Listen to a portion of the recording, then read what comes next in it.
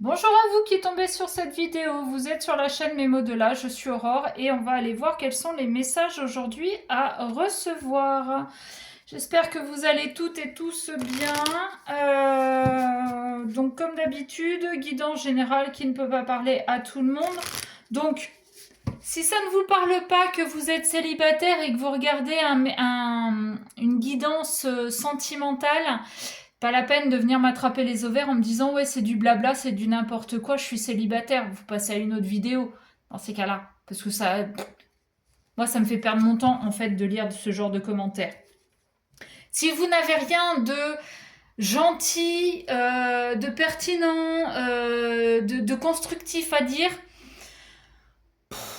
passez votre route. Vraiment.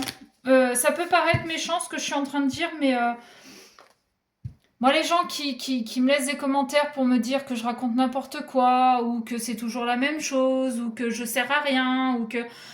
Mais j'ai pas besoin de vous, en fait. Hein. J'ai déjà bien assez de mon entourage qui me dit tout ça. J'ai pas besoin de vous en plus. Voilà. Vous me servez à rien, concrètement. Et puis, pour rappel, ce que je fais, c'est gratuit. Donc, vos commentaires méchants, ok. Bah, vous les gardez pour vous. Allez déverser votre colère ailleurs, en vrai. D'accord.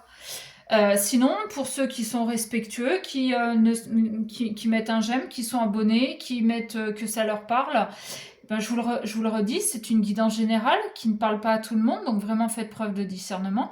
Maintenant, si vous voulez une guidance personnalisée, vous m'envoyez un mail à memodela@gmail.com. Je vous donnerai les infos, je vous explique comment ça se passe et puis on en reparle à ce moment. Ok? Allez, j'avais envie d'essayer, alors je ne sais pas si vous le connaissez, de commencer par tirer une carte de la loi du karma, les voies sacrées du karma, pour voir voilà, quelle loi du karma vous traversez, ou vous appelez, ou voilà, savoir un petit peu où vous en êtes dans votre vie. Et ben voilà, j'en ai une qui vient de se retourner, et j'ai le sacrifice. Ok, êtes-vous en train de vous sacrifier dans une relation ou dans votre vie en général, ou bien avez-vous sacrifié une relation pour une autre, ou avez-vous sacrifié un boulot pour un autre, ou voilà. Qu'est-ce que vous sacrifiez? Est-ce vous? Est-ce l'autre? Est-ce alors, où est-ce que je pourrais... Ouais, vous n'allez pas la voir, en fait. Si je la mets là, ça va me bloquer. Bon, bref, on a le sacrifice. On va compléter le message avec l'oracle du cri des âmes d'Isabelle Serre. On va voir ce qu'elle nous dit à travers ces cartes. Enfin, c'est pas elle qui nous parle, d'ailleurs. Moi, je veux bien qu'Isabelle Serre vienne nous faire une guidance en direct, là, à la maison. Hein, pourquoi pas, hein. J'ai 1, 2, 3 de ces oracles. Il faudrait que je me trouve le dernier. Voilà, bref. On va aller voir quels sont les messages avec celui-ci. Allez, qu'est-ce qu'on sacrifie? Syndrome de l'imposteur, l'enfant intérieur blessé. Eh bien, je pense que c'est vous que vous sacrifiez, tout simplement. Tout simplement parce que, pour moi, vous ne vous sentez pas légitime d'être dans un boulot, d'être dans une relation, de faire des choses qui vous plaisent et pour lesquelles très probablement vous êtes très doué. Vous ne vous sentez pas légitime, pourquoi? Parce que depuis votre plus tendre enfance, on vous dit que de toute façon, vous êtes nul, vous êtes mauvais, vous ne servez à rien, que vous n'arriverez à rien. Voilà. Voilà en gros pourquoi aujourd'hui vous ne vous sentez pas légitime. Et pourquoi du coup vous sacrifiez vos passions, vous sacrifiez votre vie, vous sacrifiez vos relations. Parce que on vous a toujours dit que vous ne serviez à rien. Un peu ce que je vous dit au tout début de la vidéo, quand je faisais remarquer aux gens que certains des commentaires ne me faisaient pas avancer. Bon, ben, comme quoi, quand on vous dit qu'il n'y a pas de hasard, si j'ai commencé par faire cette petite introduction, alors que je vous rappelle que je suis officiellement en vacances, que j'avais dit que je ne ferais pas de guidance. Eh ben si, je suis là. Et ouais, mais quand ça appelle, ça appelle, hein, si je voulais que je vous dise. Le combat avec l'extérieur, bah oui. L'humiliation, la manipulation, d'accord, tout va bien. Les carapaces. Et la nuit noire de l'âme. Eh ben, j'ai envie de vous dire que vous êtes plutôt dans une belle vibes, une belle ambiance, une belle je ne sais pas quoi, mais une belle merde. Là, ok, alors je veux bien croire qu'il y a eu une pleine lune, je veux bien croire beaucoup de choses, que cette année est là pour terminer les cycles, mais là j'ai l'impression que vous en bavez. Là j'ai l'impression que vous en bavez, que vous avez cette impression de vous battre contre des moulins à vent, avec cette carte du combat avec l'extérieur. Ça reprend ce que je vous disais, que en fait vous ne vous sentez pas légitime d'une relation, d'une passion ou d'un boulot ou que sais-je encore, parce que votre enfant intérieur a été blessé. Et là, vous avez envie de vous rebeller, vous avez envie de sortir en fait de ce sacrifice-là qu'on avait avec les voies du karma. Vous avez envie de sortir de ça, sauf que les gens en face de vous continuent à vous humilier, à vous rabaisser. Et plus vous avez envie de vous sortir de là et de vous battre, plus les gens en face vous rabaissent. Parce que, dites-vous une chose, c'est que s'ils vous rabaissent aussi fort que ça, c'est qu'ils ont peur de vous, ils ont peur de votre lumière, ils ont peur de vos capacités. Et surtout, ils ont peur de se retrouver face à quelque chose qu'eux-mêmes n'ont jamais osé faire. D'accord ? Sauf que je pense que vous êtes quelqu'un de très sensible, hypersensible, que vous êtes quelqu'un d'entier, que vous êtes quelqu'un qui prenait les choses vraiment à cœur, et que le fait qu'on continue à vous humilier et à vous blesser et à vous rabaisser, fait qu'en fait, vous préférez vous isoler avec cette carte des carapaces là. Vous préférez vous isoler et vous êtes poussé à traverser la nuit noire de l'âme. Sauf que pour moi, c'est un mal pour un bien. Je vous explique pourquoi. La nuit noire de l'âme, elle est très souvent associée à une dépression. Mais la nuit noire de l'âme, elle est surtout là pour vous amener à faire une introspection. Elle vous pousse vraiment dans vos retranchements, dans vos parts les plus sombres et dans vos retranchements avec la carte des carapaces. On vous pousse vraiment à aller voir ce qu'il y a derrière ces murs bétonnés, derrière ce fil barbelé électrifié, derrière... On vous pousse vraiment pendant cette période à aller à l'intérieur, à aller voir vos parts d'ombre et à aller voir ce qui peut en ressortir. Cette nuit noire de l'âme, elle est vraiment là. Alors oui, quand on la traverse, quand on est en plein dans la tempête, on a envie de... si c'est votre cas, vous avez envie de me dire d'aller me faire foutre. Vous auriez tout à fait raison. Mais pour l'avoir traversée, alors je dis pas qu'une fois qu'on en est sorti, tout le monde il est beau, tout le monde il est gentil. Hein. Au contraire, la nuit noire de l'âme, c'est vraiment le début du boulot. Hein. Et c'est le début du boulot dans le dur. Ok ? Elle est vraiment là pour vous faire évoluer. Vraiment. Ok. En d'autres decks, j'avais l'éponge énergétique. C'est ce que je vous dis, hein, quand vous êtes hypersensible, vous absorbez tout, vous absorbez vos émotions, mais vous absorbez aussi les émotions des autres. Et les autres, en fait, par cette humiliation et cette manipulation, c'est pas tant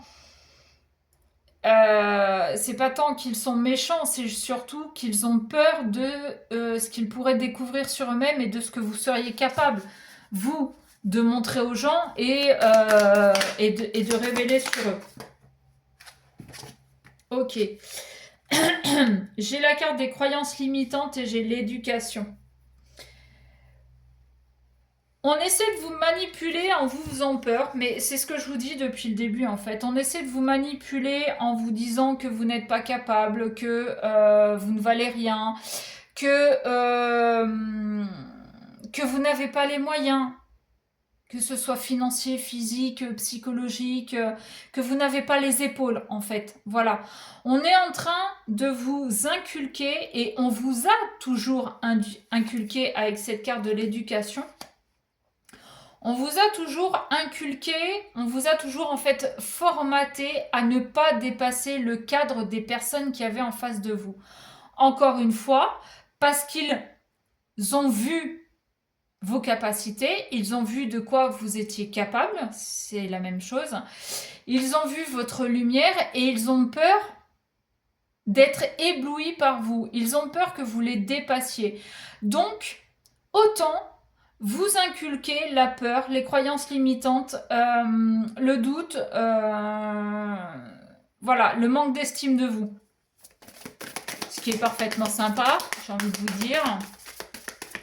Mais bon, bah écoutez, après c'est un pan de votre histoire aussi, vous, à dépasser ça, à savoir peut-être par rapport à vos vies antérieures, à ce que vous avez à bosser dans cette incarnation-là, mais ça fait partie aussi de leur histoire, de si vous arrivez à dépasser ce qu'ils essaient les limites qu'ils essaient de vous imposer, si vous arrivez à les dépasser, à les franchir, eux, leur histoire, c'est de comprendre eux aussi ce qui leur faisait peur. Je sais pas si je suis claire. Faut avoir quand même un mental d'acier. Hein. Et le problème, c'est que là, comme je vous disais, pour moi, j'ai l'impression que vous êtes plutôt des personnes hypersensibles entières et que vous n'avez pas ce mental-là, vous n'avez pas cette force de leur tenir tête. Et pourtant, ça leur ferait du bien un petit peu. Là, on vous invite vraiment à vous renforcer, à vous je sais pas pourquoi j'ai ce mot renfrogner. On vous invite vraiment, et ben pour une fois, à écouter un peu plus votre ego, votre tête, votre mental, plutôt que votre cœur. Ok. Je suis en train de réfléchir à aller chercher un autre oracle. Ouais, bah ouais. Parce que là, il y a vraiment... Ouais, vous êtes vraiment dans cet état-là, le mal-être. Et du coup, vous auto-sabotez. Vous foutez tout en l'air. Et pourtant, si vous pouviez vous voir tel que vous êtes réellement, ça pourrait être sympa. Je vais chercher un autre oracle. Je suis pas loin, je suis juste là. Je suis sûre que vous continuez de m'entendre en plus. On va prendre celui-ci, l'oracle de lumière. Ça fait longtemps que je ne l'ai pas utilisé. Qu'est-ce que ça va nous dire ? Qu'est-ce que ça va nous dire pour compléter ? Ouais, j'en profite d'être en vacances pour faire des guidances un peu plus longues. Dites-moi si ça vous convient ou pas. Ouais, dites-moi ce que vous aimeriez voir, si vous avez des questions. Alors oui, je pose jamais vraiment d'intention. Style, est-ce que mon ex va revenir ? Qu'est-ce qu'il a dans la tête ? J'y vais en général au feeling. Et si vous venez pour une guidance personnalisée, je vous le dis tout de suite. Je veux juste votre prénom. Je veux pas de questions, je veux rien. Je laisse déjà parler les cartes pour voir l'état général de la situation et après, on essaie de peaufiner. Ok ? Si ça vous intéresse. La méditation et le repos. Ouais.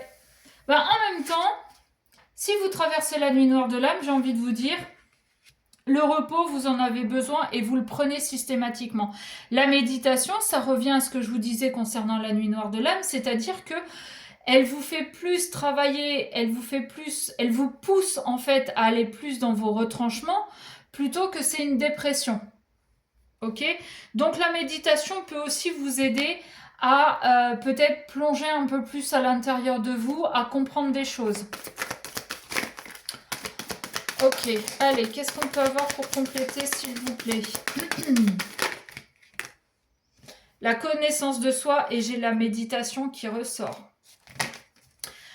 Cette nuit noire de l'âme, comme je vous ai dit, que je vous répète, elle est là pour vous faire travailler, pour vous plonger dans vos parts d'ombre et aller essayer de comprendre votre fonctionnement et ce que vous êtes venu travailler dans cette incarnation-là.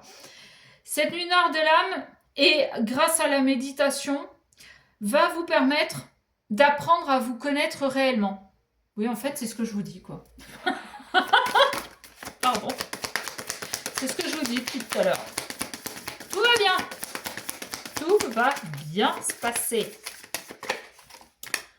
L'amour inconditionnel. Ça, l'amour inconditionnel, c'est ce qu'on doit tous bosser.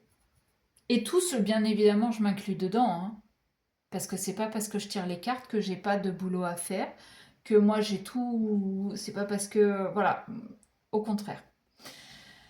L'amour inconditionnel, c'est s'accepter tel qu'on est, avec nos qualités, nos défauts, notre physique, notre couleur de cheveux, nos cicatrices, que sais-je encore. L'amour inconditionnel, c'est s'aimer sans condition, ni plus ni moins. Ça veut dire que il va falloir apprendre à vous défaire du regard des autres et du jugement des autres, à vous défaire des croyances limitantes qu'on a pu vous inculquer et vous imposer, pour apprendre à vous connaître vous, pour pouvoir vous aimer vous. Et une fois, alors je ne dis pas que, parce que la phrase qui dit pour être aimé de l'autre, il faut s'aimer soi. Moi, je veux bien voir une personne qui s'aime réellement, sans se poser de questions, sans aucun doute, sans rien. À part les narcissiques. Mais c'est pas qu'ils s'aiment, c'est qu'ils se surkiffent. Mais les narcissiques, ils n'aiment pas les autres. Ah non, ils ont tellement d'amour pour eux-mêmes, comment voulez-vous qu'ils aiment les autres? D'accord? Donc je ne dis pas que vous devez vous accepter, attendre en fait d'accepter tous vos petits travers, tout ce qui peut vous déranger, pour pouvoir accepter de vous faire aimer de quelqu'un d'autre. Il y aura toujours quelque chose à redire, surtout chez nous les femmes, on va pas se mentir. Mais accepter l'amour inconditionnel, c'est ça, c'est accepter qui vous êtes dans votre entièreté.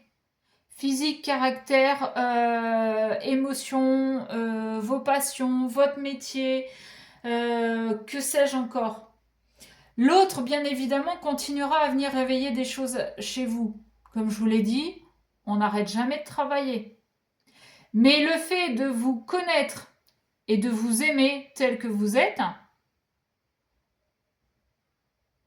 vous aidera dans vos prochaines relations et vous aidera à mieux travailler sans vous remettre trop en question. Ok? En deux... Hop, pardon.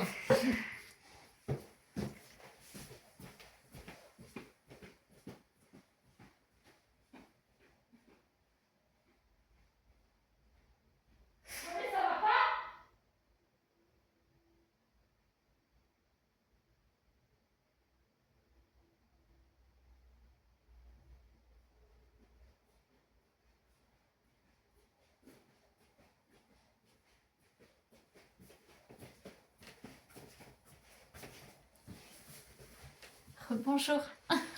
Du coup, je vous ai pas mis en pause.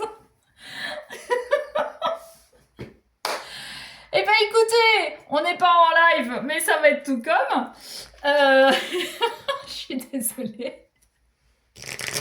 Ouais. Je vais pas faire de montage, hein, j'en ai jamais fait, je vais pas commencer maintenant. Vous allez m'entendre gueuler après mes chats, ouais. Voilà, tout simplement. Donc, on revient à la guidance. D'autres decks, le feu intérieur. Faites briller ce feu. Mais c'est ce que je vous dis depuis le début. Faites briller ce feu. Faites fermer la gueule aux autres qui sont tout le temps en train de vous rabaisser, de vous contrôler, de vous humilier. Montrez qui vous êtes réellement. Montrez ce que vous valez. Montrez de quoi vous êtes capable. Aimez-vous. Apprenez vraiment, oups, à vous connaître et sortez de ça. Sortez du sacrifice. Alors oui, comme on l'a vu, vous allez passer par ça. Ouais. Mais, encore une fois, je vous le redis, c'est un mal pour un bien. C'est un mal pour un bien parce que cette période vous pousse vraiment dans vos retranchements pour apprendre à vous connaître. Alors, faites-vous aider par la méditation, faites-vous aider par un thérapeute, faites-vous aider par que sais-je encore. Ne restez pas seul si vous ressentez le besoin de vous faire aider par quelqu'un. Mais voilà, là, aujourd'hui, la guidance, elle est là. Sortez du sacrifice, plongez en vous pour apprendre à vous connaître et aimez-vous. Voilà, sur ce, j'espère que ça vous aura parlé. N'hésitez pas à me mettre un commentaire. Si vous n'êtes pas abonné, eh bien, c'est le moment de le faire. Et voilà, je vous dis à bientôt. Allez, je vous fais des bisous.